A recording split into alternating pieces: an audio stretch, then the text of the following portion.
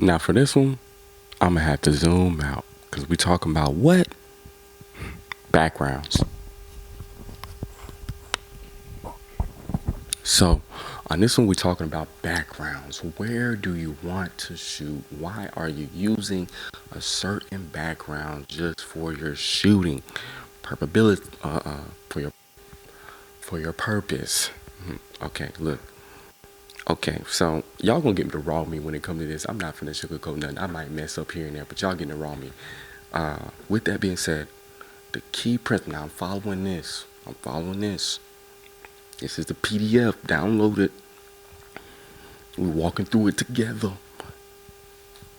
But yeah, so the key principles of choosing a background that's gonna help your videos even a little bit more.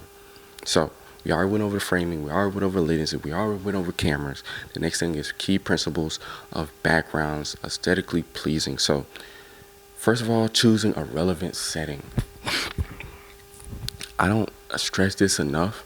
So if you're a personal brand and whatever you're talking about, if it's more of your personal stuff, be in your comfort of your home. If you're talking about stuff that's about you, just make a background that's aesthetically pleasing, that's about you. Do you like to read books? Have a bookshelf. If you like cameras like me, have cameras and lights and everything in the background. And it's all can be in your house. If you are a business owner, let's say you own a construction company, or let's say you own I don't know, a library. Let's say you own something that you need to talk about that is not in your home.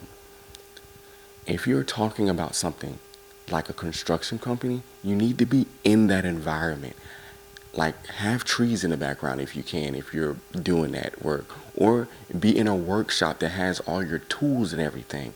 Be in the same background that you're talking about. Do not just think that is something that, oh, I just don't need I need to be at my house when I'm a whole construction. No, you want to aesthetically be in the same area of whatever you're talking about. So just to give you another synopsis, if you own a car dealership, where do you need to be making these videos? With cars in the background.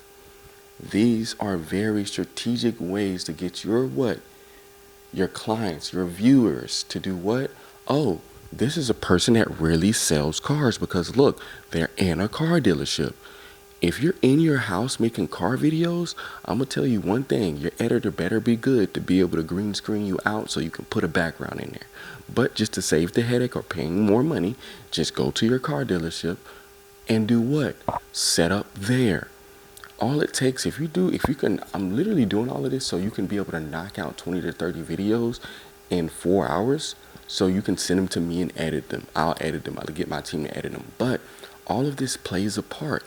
You want to make sure you have an aesthetically pleasing background so that matches your quality message. The next thing is this: depth and layers.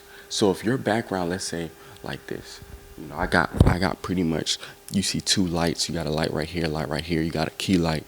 All of this is done for a reason. The reason why I'm doing all of this, even the reason why I'm holding the mic, is all for a reason.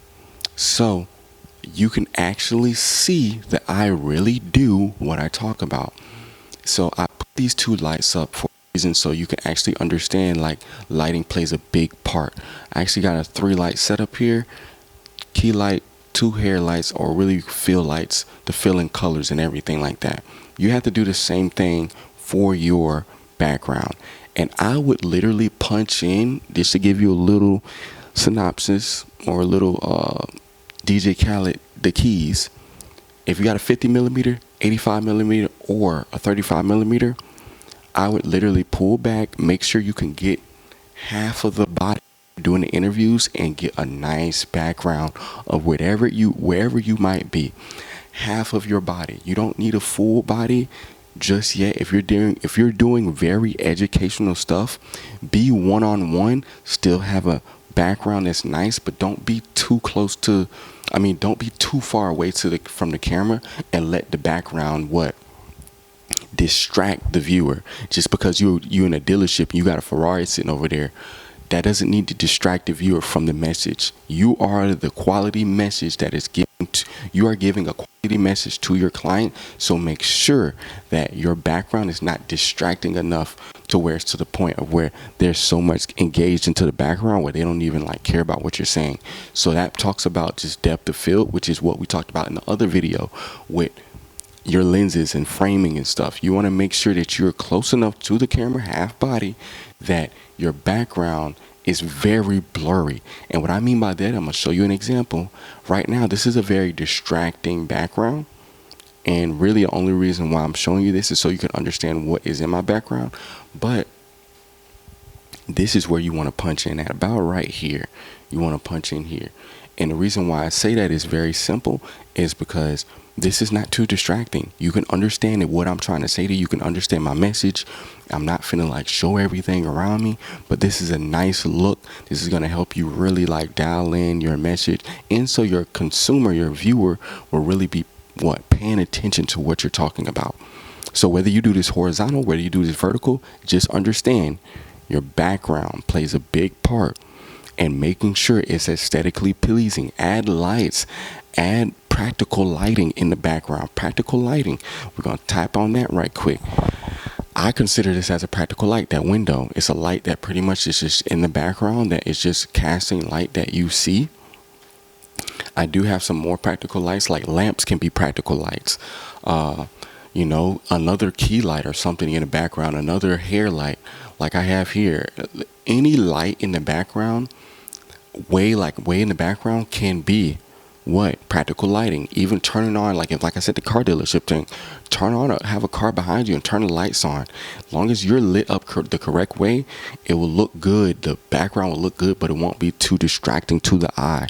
So practical lighting is a good way to literally make a good background too. Have things that are about you in the background. If you're a gamer, if you're a photographer, if you're a lawyer, have your business logo in the background. Make a LED neon sign in the background. Like, these are all things. Have things that represent you as a personal brand or your company or whatever message that you're trying to portray on camera. Have them in the background. That is going to help you tenfold on your clients understanding that you really do what you say you do. So let's tap into the next video. I'm going to give y'all what it is. Hold on. Give me 1 second. This is a client. Hello? Yirmeyah, what's going on, bro? Yo, what's up? Hey, you get the time I sent you? Yeah, I'm over here making videos for a course. You say you doing what? I'm over here making videos for a course. I did get it. Okay, cool. Is that cool? Yeah, that's cool. Yeah. I got a meeting at 6, but what I can do is I can leave here like 4:30 and just make it to you by 5, you understand? And then I'll be by you guys, and then I would just have that meeting at 6. I'll just pull over somewhere. It don't really matter. It's just so comfortable. Yeah, you can do 4:30. I mean, you can get about 4:32. I got to drive. Matter of fact, I did a same day order on that Amazon. The wire is not here yet, but it should be here by 5. I'm pretty sure. That's perfect. I did a same day order on it. That's perfect. So it should be here, dude. Like before that. If it comes before that, I'll hit you up. Like, yo, you come out here a little early if you can. Okay, I got you. You know what I'm saying? Appreciate you, though. Hey, we never talked about because we're gonna do the editing for the interview thing. How much for the footage that you took for me? The footage, because it's just like all I'm gonna do is pretty much, if you really want, like, I don't know what type of editing, that's when it's gonna go. The price is gonna go up based off of the editing. But if you're just trying to like post them and go, really all I gotta do is just trim the end so it doesn't, because it starts with y'all sitting down and stuff. Once I trim the end in the beginning and just put a slight color grade over it, you can literally take them and just do as you please with them. Like, you're gonna post them on Instagram, wherever you might post them and whatnot. Yeah, so what's the cheapest way to do it, like without you editing anything, just throwing me the videos? Bro, I'm gonna be honest with you. There's a app called Yeah, you could do it on CapCut, bro. CapCut is the most. Canva. We paid for Canva, so can we do it on Canva, right? Yeah, you can do it. Yeah, Canva does have a little editing where you can pull the ends backwards and kind of color grade the video. Yeah. Yeah. Do you recommend the other one you just mentioned? What's it called? CapCut. I would recommend CapCut or even Captions. Captions would be probably a little bit more. Nah, do CapCut. Do CapCut. The reason why you CapCut is because you can actually like go in and edit to trim the ends. Captions, you can't really do that. But CapCut, you'll be able to add captions and edit and color grade it a little bit all in one, like really easy, bro. Okay, cool. So how much we talking? For what? Just for the footage with no edits. No edits? Yeah. All right, cool. I'll cash app you in a few minutes. Okay. All So right. you can bring that footage too, so I can get all of that at the same time. Yeah, I got you. It's already ready in the folder and everything. Okay. Yeah. All right, cool. Appreciate it, man. Yes, sir. All right, later. Yep. You just witnessed a client I had a while back. Pretty much. Another thing that I do is I'll sell like the raw footage so my clients can pretty much have the videos forever. And we only shot like one video, and it was a couple videos that were only like short, very short interview style. And that was a little event that he threw, but I shot him a bigger video prior to that was very big. That's going to help him in the long run. But he wanted some raw footage of interviews that I shot at his prior event for that other event. And so yeah, I gotta send those to him and get those to him by 4:30. But that also brings me into the next video. Let's talk about it, which is, I'm gonna be honest, apps you can use if you don't want to use me. If you don't want me to edit your videos, I understand, but we're gonna talk about apps that you can use that will help you out and streamline the process if you want to just get started.